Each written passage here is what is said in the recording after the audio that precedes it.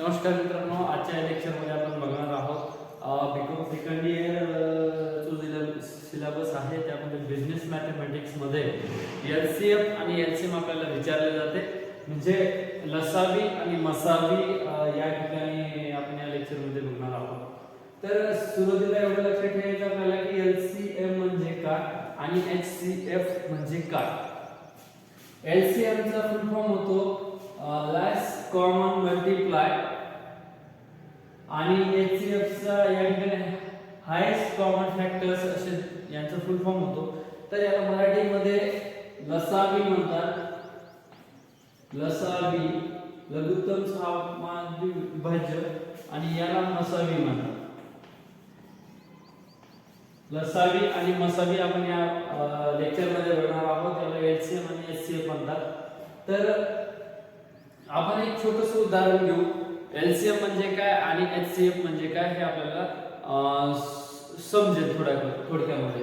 तर या ठिकाणी आपल्याला सुरुवातीला एक्झाम्पल घ्यायचं आहे. एलसीएम या ठिकाणी आपण काढू आणि या ठिकाणी आपण एचसीएफ हे काढू आणि त्या माध्यमातून आपल्याला समजेल की दोन्ही मध्ये काय डिफरन्स आहे. तर मी या ठिकाणी एक्झाम्पल घेतो. एक्झाम्पल फर्स्ट आणि या ठिकाणी फाइंड करतो मी की find out LCM and HCF आणि अमाउंट देतो मी या ठिकाणी 18 आणि 12 18 आणि 20 अशा दोन फॅक्टर या ठिकाणी देतो मी. म्हणजे याचा आपल्याला एलसीएम काढायचा आणि एचसीएफ काढायचा आहे. तर आता एक जी पद्धत आहे ती बघू आपण. कॉमन फॅक्टर पद्धत 18 आणि 12. आता एक लक्षात ठेवायचं आहे की या संख्येला किती ना निम्मी संख्या होते का, अर्धी होते का, याची होते. किती ना भाग जातो या ठिकाणी. तर या ठिकाणी भाग जातो किती ते 2. 2 ना भाग केल्यावर इथे किती राहतात 9 राहतात आणि या ठिकाणी 6 राहतात. परत भाग जातो या संख्येला. तर परत कितीने भाग जातो बघा. तर या ठिकाणी 3 ने भाग जातो. या संख्येला 3 ने भाग जातो. 3 त्रिक 9 आणि 3 दुनी 6. या ठिकाणी 3 येतात आणि या ठिकाणी 2 येतात. 3 दुनी 6. आता परत 3 ला किती ना भाग जातो. 3 ला 3 ने भाग जातो म्हणून या ठिकाणी आपण 3 घेणार. 2 ला किती ने भाग जातो तर 2 ला 2 ने भाग जाणार म्हणून आपण या ठिकाणी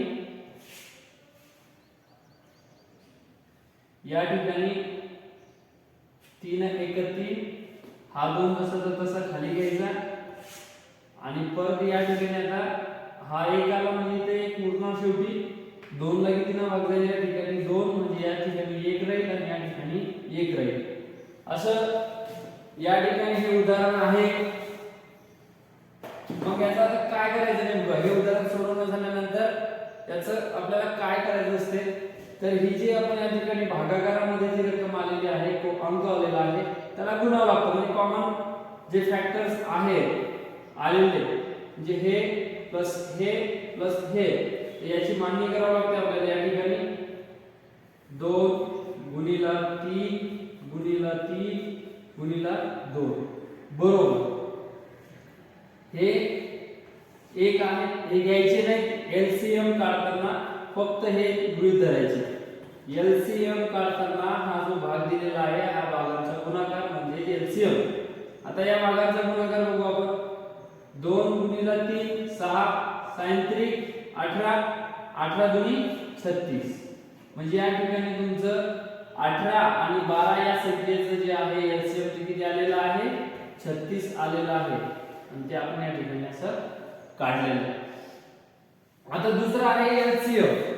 आता 36 आलं या ठिकाणी. 36 काय तर 36 अशी संख्या आहे जी 12 ने जरी त्याला भाग म्हणजे 12चा जो गुणाकार दिला 12च्या पण पाड्यामध्ये येते आणि 18च्या पाड्यामध्ये येते. म्हणजे 12 त्रिक 36 आणि 18 गुणिले 36. तर ही अशी संख्या आहे सगळ्यात लहानात लहान अशी संख्या आहे की 36 या संख्येला 18 ने पण भाग जातो आणि 12 ने पण भाग जातो, म्हणून याला एलसीएम म्हणतो आपण याला. लघुत्तम सामाजिक विभाजक म्हणजे अशी लहानात लहान संख्या की त्या संख्येला 18 ने आणि 12 ने भाग जातो. ठीक आहे. दुसरं बघायचं आपल्याला आता HCF म्हणजे हायेस्ट कॉमन फॅक्टर, म्हणजे दुसरी बाजू आहे ही. तर या ठिकाणी बघू आपण 18 आणि 12 अशा दोन संख्या दिलेल्या आहेत, चाचणी करून घ्यायची. आता 18 ला बघितलं आपण कितीने भाग जातो, या ठिकाणी 2 ने भाग जातो म्हणजे इथे 9 येतात, या ठिकाणी येतात 6, या ठिकाणी कम्प्लीट करून घ्यायचंय. आणि या ठिकाणी आता कितीने भाग जातो बघायचं आहे, या ठिकाणी 3 ने भाग जातो, या ठिकाणी 2 ने भाग जातो. तर इथे 3 त्रिक 9 आणि 3 दुनी 6. परत याला भागाकारामध्ये जर आपण दिलं तर जाते का, नाही जात. इथे आता 3 आणि 2 त्या संख्येने भाग जाते. अशा वेळेस HCF आणि LCM ला भाग जात नाही. त्यावेळेस काय करायचं आपल्याला, कॉमन फॅक्टर जे आहे ते बघायचे. तर आपल्याला या ठिकाणी किती आहे, 2 गुणिला 3 गुणिला या ठिकाणी किती, 3 गुणिला 2. आता यामध्ये काय होणार, कॉमन फॅक्टर बघावं लागतं आपल्याला. कॉमन फॅक्टर काय, सुरुवातीला जे सोडवलं आपण त्यामध्ये कॉमन फॅक्टर किती आहे, 2 आणि 3 आणि 2 आणि 3. तर हे यामध्ये एकच घ्यायचं आहे आपल्याला, तर 2 आणि 3 हे कॉमन फॅक्टर आहे. म्हणजे या पुढचे 2 आणि 3 चे या ठिकाणी आवश्यकता नाही आपल्याला, फक्त 2 आणि 3, 2 गुणिला 3 बरोबर या ठिकाणी 6. हे तुमचं या ठिकाणी HCF आलेला आहे, म्हणजे मसावी तुमचा 6 आलेला आहे. थोडक्यामध्ये एवढं सांगतो, HCF काढताना दिलेल्या ज्या संख्या आहेत त्याला भाग देत जायचं आणि शेवटी भाग जात नाही त्यावेळेस ती संख्या सोडून द्यायची आणि ही जी बाजू आहे ह्या बाजूची बेरीज करून गुणाकार करून टाकायचा, म्हणजे 2 गुणिला 3. आता खाली जर इथे समजा एखादी संख्या असती तर त्या संख्येला परत या संख्येला गुणवायचं असतं, पण इथे संख्या नाही त्याच्यामुळे सरळ सरळ या ठिकाणी 2 गुणिला 3 बरोबर 6. तर हे 6 तुमचं आलेलं आहे या ठिकाणी HCF म्हणजे मसावी. आता हे 6 म्हणजे काय, तर अशी संख्या आहे, मोठ्यात मोठी अशी संख्या आहे की ज्या संख्येने 18 ला पण भाग जाते आणि 12 ला पण भाग जाते. समजते तुम्हाला? अशी मोठ्यात मोठी संख्या आहे की त्या संख्येने 18 ला पण भाग जाते आणि 12 ला पण भाग जाते. याला HCF म्हणतात, हायेस्ट कॉमन फॅक्टर. म्हणजे मोठ्यात मोठी अशी संख्या की त्या संख्येने 18 ला पण भाग जाते आणि 12 ला पण भाग जाते. ठीक आहे. तर हे अशा प्रकारचे एक्झाम्पल आपल्याला उदाहरणामध्ये विचारले जातात. ज्यासाठी थेरॉटिकल परीक्षा होते त्या परीक्षामध्ये अशी उदाहरणं आपल्याला विचारली जातात. तर माझं एवढंच म्हणणं आहे विद्यार्थ्यांना की LCM आणि HCF चे ज्यावेळेस आपण उदाहरण बघू किंवा त्याचा अभ्यास करू तर त्या ठिकाणी आपल्याला एवढं लक्षात ठेवायचं आहे, LCM म्हणजे लसावी. लसावी म्हणजे अशी संख्या, लहानात लहान अशी संख्या ज्या संख्येला 18 आणि 12 ने भाग जाते त्याला लसावी म्हणतात. लहानात लहान लसावी म्हणजे अशी संख्या की त्या संख्येला दिलेल्या संख्येने भाग जाते, लहान संख्या असते ती, त्याला लसावी म्हणतो आपण. या ठिकाणी 36 दिलेला आहे, हा लसावी आहे आणि हा 6 आपला मसावी आहे. तर ह्या आजच्या लेक्चर मध्ये एवढंच आहे मित्रांनो की तुम्ही फक्त लक्षात ठेवा की लसावी आणि मसावी म्हणजे काय होते, LCM म्हणजे काय आणि HCF म्हणजे काय. ठीक आहे. आणि जे विद्यार्थी MPSC ची तयारी करतात त्या विद्यार्थ्यांना एवढं म्हणजे डायग्राम काढायची आवश्यकता नसते. त्या विद्यार्थ्यांनी डायरेक्ट 18 आणि 12 अशा दोन संख्या या ठिकाणी घेतल्या. 18 आणि 12 त्याला डिव्हायडेशन करतात ते विद्यार्थी. याला किती भाग जाते, याला किती ना भाग जाते. याला फॉर एक्झाम्पल इथे 2 9, या ठिकाणी 6, या ठिकाणी 3 3, या ठिकाणी 2 आणि सरळ या संख्येला गुणिले ही संख्या, या संख्येला गुणिले ही संख्या आणि या संख्येला गुणिले ही संख्या. ज्या ठिकाणी 2 गुणिले 3 गुणिले 3 गुणिले 2 म्हणजे विद्यार्थ्यांना कंप्लीट करतात 6 6 3 18 18 दुनी 36.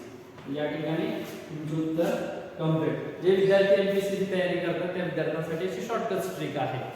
ठीक आहे. जे आपले स्टॅटिस्टिकलचे विद्यार्थी आहेत बिकॉम सेकंड इयरला थर्ड सेमिस्टरसाठी त्या विद्यार्थ्यांना मात्र अशा पद्धतीने हे आकृती करावं लागते आणि इथे या ठिकाणी असं लिहावं लागते LCM बरोबर असं, परत LCM बरोबर 36 आणि हे आपलं उत्तर करेक्ट. म्हणजे याला पैकीच्या पैकी 4 गुण असतात किंवा 8 गुण असतात.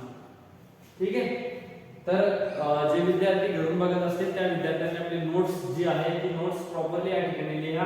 कारण आपलं आता बीकॉम सेकंड इयरचं जे नॅचरल नंबर होते ते नॅचरल नंबर होते आपण 2-3 उदाहरण घेतलेले आहेत आणि आता LCM आणि HCF वरती आपण या ठिकाणी साधारणतः 10-12 प्रश्न घेऊ. म्हणजे जे होईल काय की तुमचा हा या ठिकाणी युनिट क्लिअर होईल. आणि मागची जी उदाहरण आपण बघितलेले त्या उदाहरणामध्ये विद्यापीठाने LCM आणि HCF वरती जवळपास जास्त उदाहरणं विचारलेली आहेत. म्हणून आपण LCM आणि HCF ह्या चॅप्टरवरती जास्त भर देणार आहे. काही विद्यार्थ्यांना याच्यामध्ये काही अडचण आली असेल तर त्यांनी प्लीज कमेंट बॉक्समध्ये मला कमेंट करा.